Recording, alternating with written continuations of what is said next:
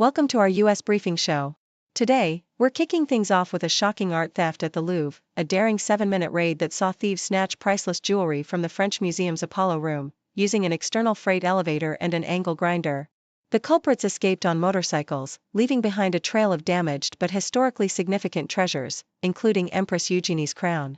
It's the first major Louvre robbery in over a century, and authorities are hot on their trail. Next, we turn our attention to the tense cross-strait situation, but surprisingly, no major PLA military drills near Taiwan after President William Lai's recent speech. Compared to last year's provocative exercises, Beijing is playing it cautious, sticking to routine patrols without escalation. Despite ongoing tensions and Lai's pro-independence stance, China is showing a more measured approach, emphasizing readiness without provoking a full-blown crisis. Finally, a new poll reveals growing economic anxiety among Americans. Many feel insecure about their job prospects and rising living costs, with nearly half lacking confidence in finding a good job. Despite low unemployment and stock market gains, families are struggling with inflation, high utility bills, and fears of falling behind. This widespread concern could have big implications for upcoming elections, especially for Republican candidates, as economic worries remain at the forefront of voters' minds. Please continue to stay tuned for more details. CNN reports a daring 7-minute heist at the Louvre Museum in Paris, where thieves, described as a highly experienced team, used an external freight elevator and an angle grinder to break into the Apollo room, home to the priceless French crown jewels and Louis XIV's treasures. The robbers, estimated to be 3 or 4 in number, swiftly escaped on motorcycles after stealing jewelry of immense sentimental and historical value, including a damaged crown of Empress Eugénie adorned with over 1,000 diamonds and emeralds. The entire operation was meticulously planned, with police later recovering at least 2 pieces of stolen jewelry, including the Empress Eugénie's crown, which was damaged during the theft.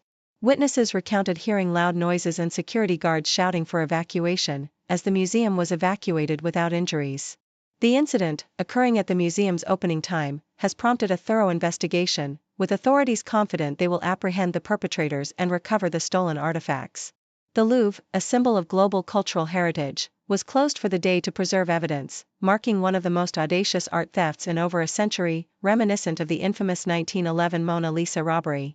South China Morning Post reports that the Chinese military has exhibited restraint in its recent activities near Taiwan, following a less provocative policy speech by Lai Ching-te, Taiwan's leader.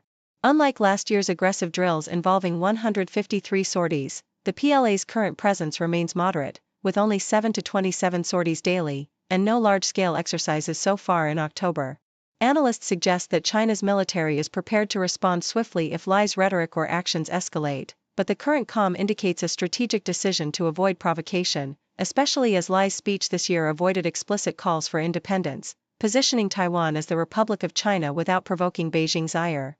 The Taiwanese Defense Ministry notes that the PLA's routine patrols and targeted drills continue, primarily as a pressure tactic and deterrent, especially after significant events such as Nancy Pelosi's visit and Lai's reaffirmation of Taiwan's sovereignty, which Beijing perceives as threats to its One China policy.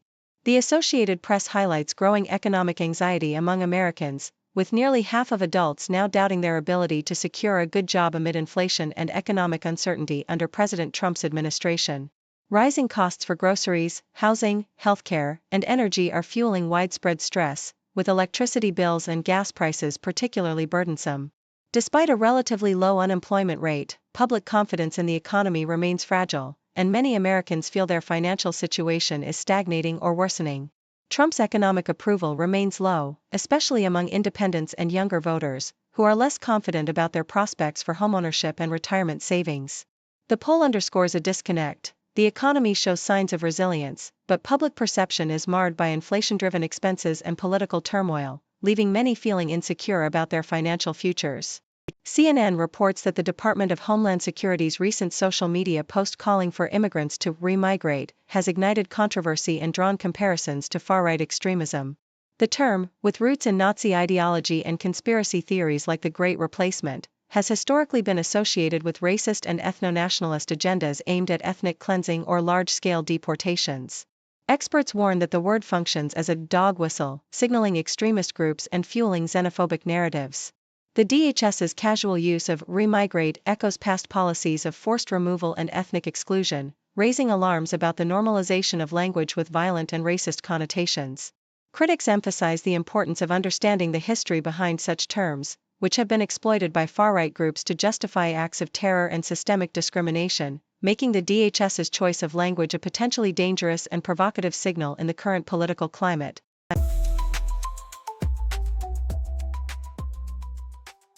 In Las Vegas, the entertainment industry is poised on the brink of a transformative shift, as Nevada unions rally behind a proposal to offer up to $95 million in tax credits to attract major film studios like Sony Pictures and Warner Brothers to develop a sprawling new production hub in the Vegas suburbs.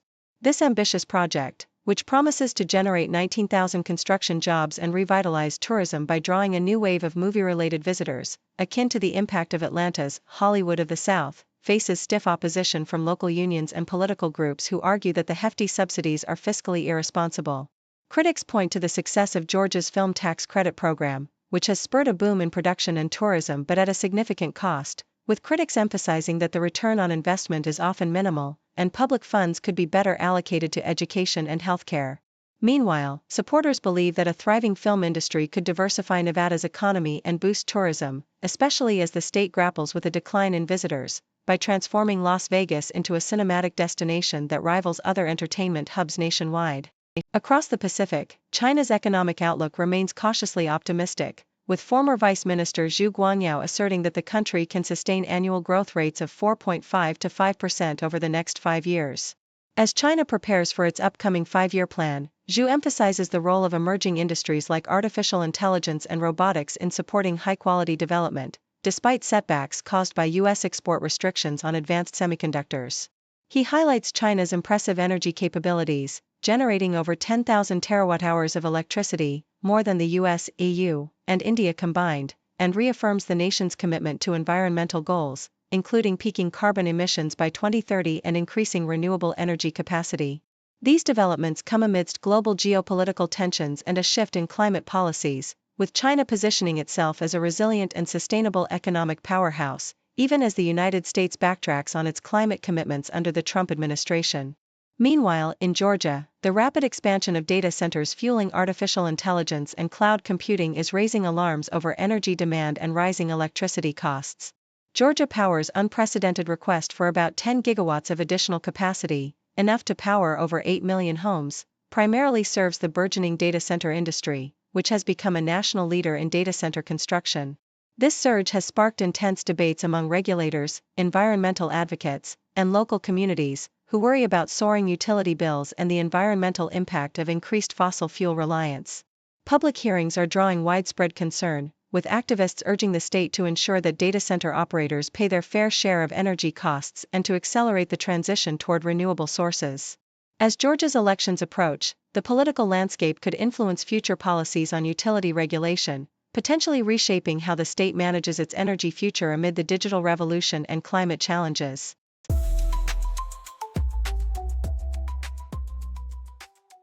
South China Morning Post highlights Hong Kong's strategic position on the sidelines of the Xi-Trump summit in South Korea, emphasizing the city's unique role amidst the US-China trade war.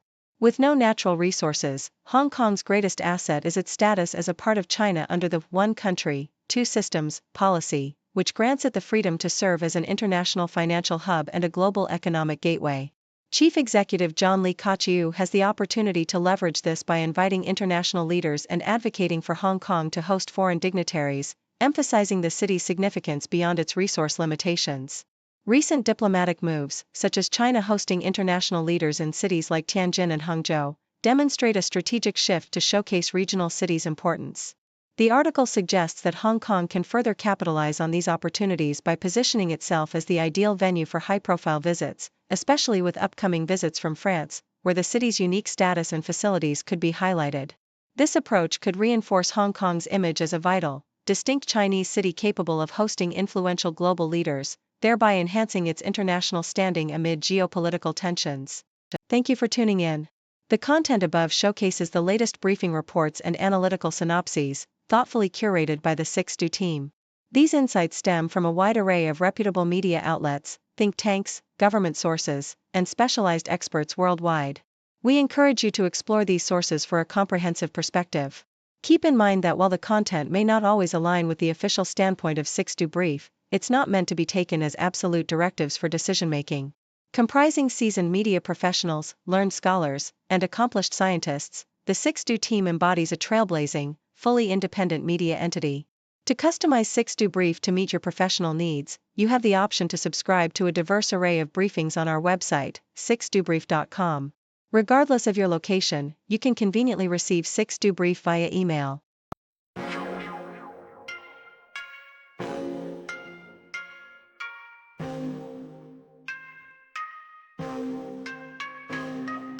News breaks, buzz the ground, stories spin, walls come down, voices merge in the sound, faces mix in the crowd.